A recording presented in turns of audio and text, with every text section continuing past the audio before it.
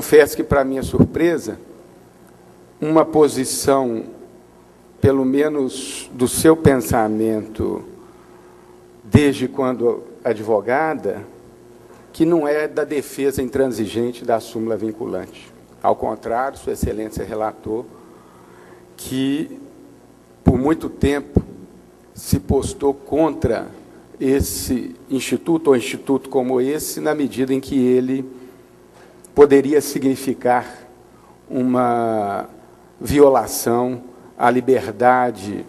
do juiz para decidir conforme a sua consciência jurídica, conforme a interpretação que empresta ao ordenamento jurídico. É inevitável, como bem disse a ministra, que não apenas a experiência, mas as contingências da vida nos levem a repensar, a ter que repensar sob outras óticas aquelas convicções ou aquelas opiniões que até então formávamos a respeito de determinado assunto, de determinada matéria. Curiosamente, coincidentemente, eu também tive a experiência de ter sido trazido à condição de juiz depois de ter exercido a advocacia por um longo tempo, e também pude experimentar estas contingências, essas vicissitudes do dia a dia do juiz, que a mim também fizeram repensar determinadas expectativas que antes tinha quando postulava perante o judiciário e que agora devo responder como membro do Poder Judiciário, que, como bem disse a ministra, está em crise permanente. E é inevitável que os seus membros, seja da Suprema Corte, seja os juízes de primeiro grau, passando por todas as instâncias, tenhamos sempre que repensar, que refletir, mas que buscar soluções que atendam, ainda que não conheçamos, àquelas expectativas dos jurisdicionados, que, afinal de contas, são os destinatários. Eu colocaria à ministra Carmen Lúcia duas questões apenas que gostaria de merecer a sua consideração, e tentarei fazê-las rapidamente. Pergunto eu, ministra, se, no caso da súmula vinculante número 13, a que trata do nepotismo, se não teria havido, no entender de Vossa Excelência, ou até de outros cujas opiniões Vossa Excelência soube ao depois, ao, sobretudo, estabelecer no enunciado um terceiro grau de parentesco que não se identificava em qualquer corpo normativo ainda que passível de ser invocado para suprir, eventualmente, uma lacuna. O outro aspecto que eu me permito submeter à ministra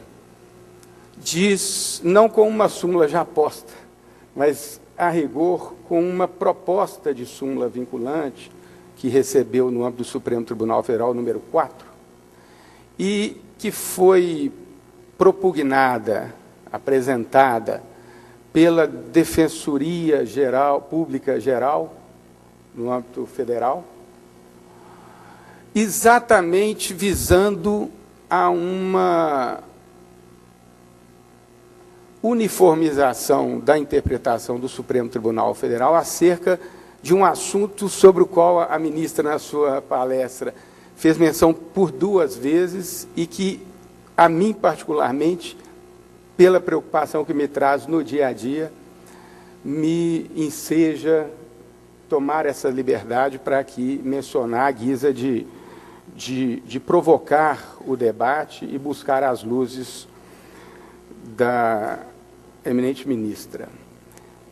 Visa esta proposta de súmula vinculante a que o Supremo uniformize o entendimento acerca da responsabilidade solidária dos entes federados na prestação dos serviços de saúde, com um aspecto que não é aquele a que eu dou maior relevância, mas na proposição está, uma vez provada a carência. Então,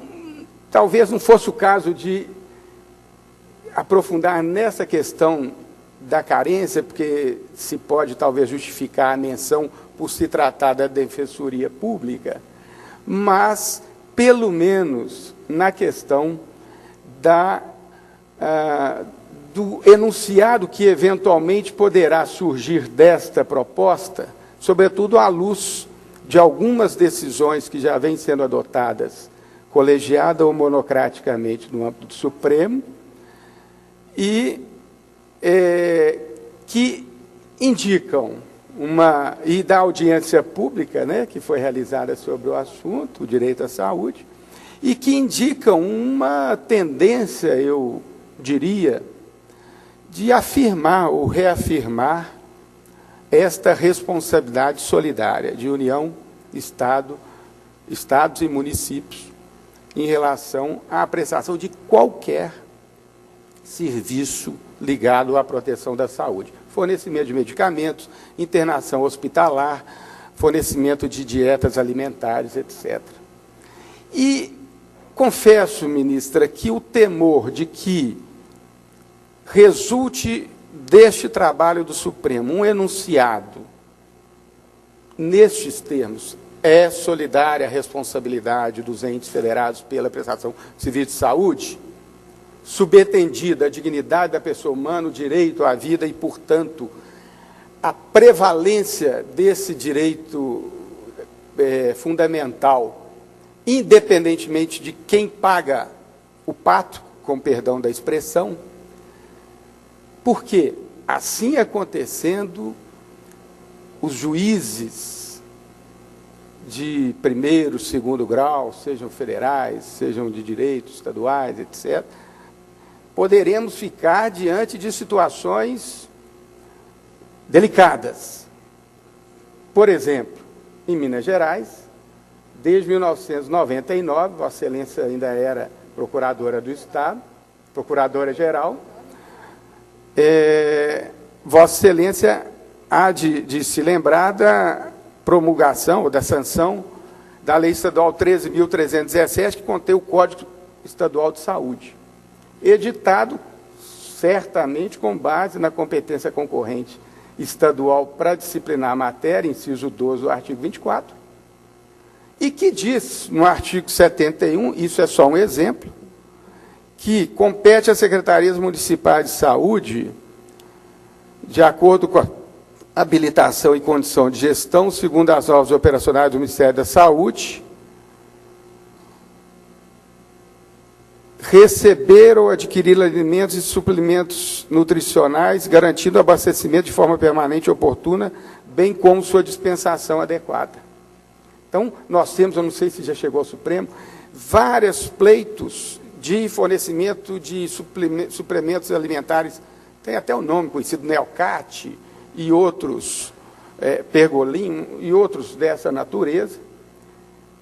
que vêm ao judiciário para ser fornecidos com a demonstração da carência da pessoa. E uma vez julgando, eu me recordei de um fato que me ocorreu quando fazia uma viagem a Manaus, num daqueles passeios pelo Rio Negro. Cheguei a uma vila, pequena vila ribeirinha,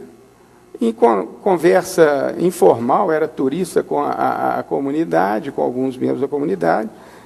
perguntei a respeito do Bolsa Família, que então era o programa do governo federal que estava iniciando, e um dos líderes dessa comunidade confessou para mim que tinha chegado lá, mas, na verdade, não tinha, porque estava tudo ficando na mão dos vereadores, das lideranças comunitárias, dos presidentes de associação, quer dizer, no destinatário final não chegava. E eu, então, mencionei que eu não tinha condição, naquela oportunidade, que julgava um pleito de fornecimento de neocátio para um filho de um casal de juiz e funcionário do Poder Judiciário, com um vencimento grande, sabendo que nem um programa do governo federal tinha conseguido alcançar o seu objetivo, por falhas circunstanciais ou não do sistema, enquanto que aquele casal, aquinhoado, estava conseguindo trazer ao Tribunal de Justiça do terceiro Estado da Federação um pleito, e que, se eu levasse a cabo a interpretação que prevalecia da Constituição Federal, eu estaria ali sendo compelido a praticar o que me parecia uma injustiça, porque se o Bolsa Família era R$100, esse remédio, a lata era R$450. Então, finalizo a respeito deste assunto, ministra, dizendo, ou antes, pedindo, não a piedade que Vossa Excelência rogou aqui os jurisdicionados tenham para com os ministros do Supremo Tribunal Federal, que devem ter, eu tenho certeza. Mas, conosco também,